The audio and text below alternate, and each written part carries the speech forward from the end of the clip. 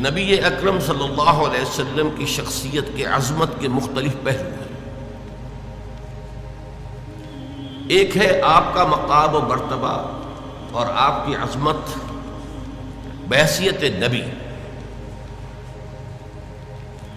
ایک ہے آپ کی عظمت، آپ کا مقام رفیع و بلند بحیثیت انسان۔ پھر انسان کی حیثیت سے بھی ایک پہلو ہے روحانیات کا، آپ کا مقام اور مرتبہ روحانی اعتبار سے، اور دوسرا پہلو ہے عام انسانی معاملات کا، جن میں کہ انسان اپنی زندگی کے دوران لامحالہ جن میں سے گزرتا ہے اور مختلف حیثیتوں سے اس دنیا میں کام کرتا ہے۔ تو یہ جو مختلف پہلو ہیں عظمت محمدی کے صلی اللہ علیہ وسلم، ان میں سے بعض پہلوؤں کے بارے میں یہ بات ہمیں اچھی طرح سمجھ لینی چاہیے کہ اس کی عظمت، آپ کی عظمت کا بیان تو درکنار، اس کا ادراک اور شعور اور فہم بھی ہمارے لیے ناممکنات میں سے ہے۔ دیکھیے، سادہ سی مثال ہے کہ ایک معالج کا، ڈاکٹر کا، حکیم کا کیا مقام اور مرتبہ ہے اپنے فن میں، اس سے ظاہر ہے صرف کوئی معالج یا حکیم اور ڈاکٹر ہی جان سکتا۔ ایک انجینئر کا کیا مقام ہے اپنے فن میں،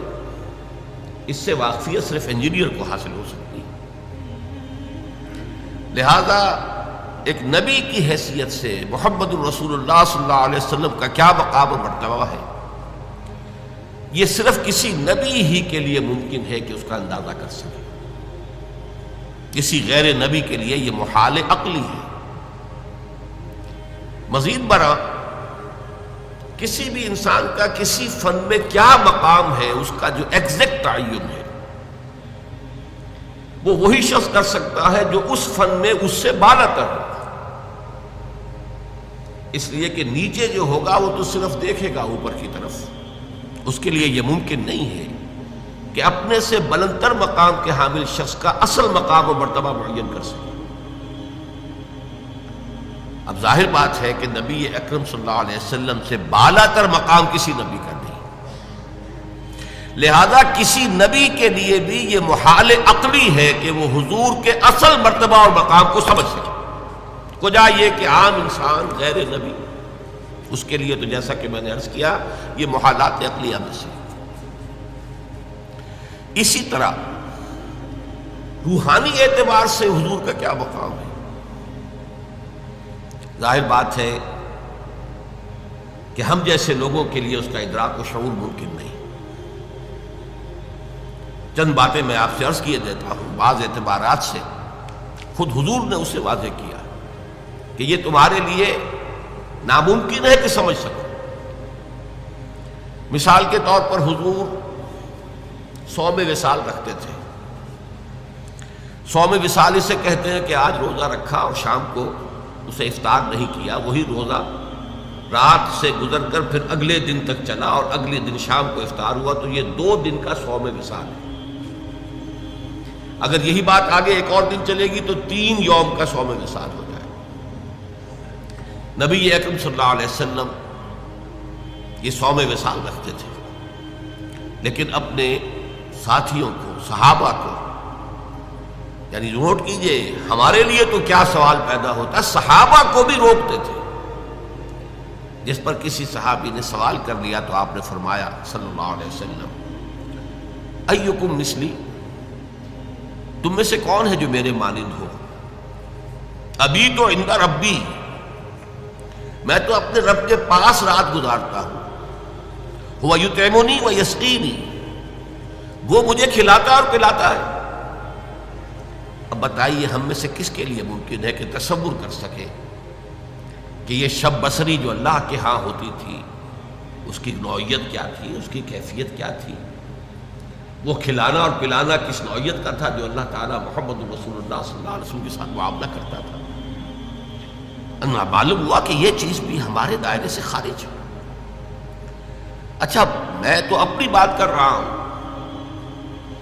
میں سمجھتا ہوں کہ بڑے سے بڑے صوفی اور بڑے سے بڑے ولی اللہ کے لیے بھی ممکن نہیں ہے کہ حضور کے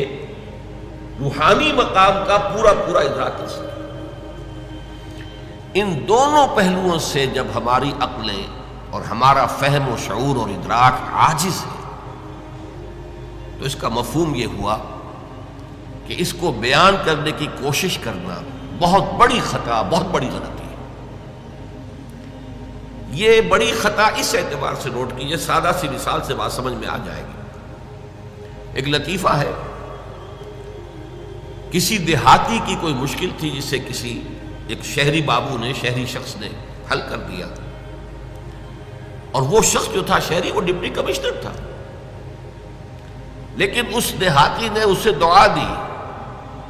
خدا تجھے پٹواری بنائے، اس لیے کہ اس دیہاتی کے لیے سب سے بڑا عہدہ، سب سے زیادہ صاحب اختیار ہستی پٹواری کی تھی۔ اس کی تھوڑی سی جنبش قلم سے اس کی زمین کسی اور کے نام درج ہو جاتی ہے، انتقال ہو جاتا ہے، اسی کے قلم کی جنبش سے مالیانہ معاف ہو جائے گا، سارے اختیارات اس دیہاتی کے جو ہیں، اس کاشتکار کے جو ہیں، وہ تو اس کے ہاتھ میں ہیں۔ اسے کیا معلوم کہ اس پٹواری سے لے کر اس ڈپٹی کمشنر تک کتنے عہدے ہیں درمیان میں، اور وہ شخص کتنے مقام بلند پر فائز ہے جسے وہ دعا دے رہا ہے پٹواری ہونے کی۔ تو اسی کا اندیشہ ہے کہ ہم اگر حضور کے ان مقامات کو بیان کرنے کی کوشش کریں گے تو شدید خطرہ ہے کہ ہم حضور کی توہین کے مرتکب ہو جائیں، اس لیے کہ کما حقہ بیان ممکن نہیں ہے۔ جب کما حقہ بیان ممکن نہیں ہے تو ہم اپنے تصور کے مطابق مدح کریں گے، اور وہ بہت کمتر ہوگی اصل مقام کے اعتبار سے،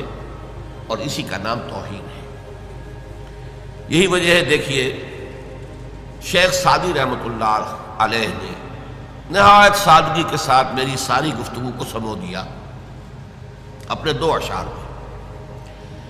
یا صاحب الجمال و یا سید البشر من وجهك المنیر لقد نور القمر لا يمكن الثناء كما كان حقه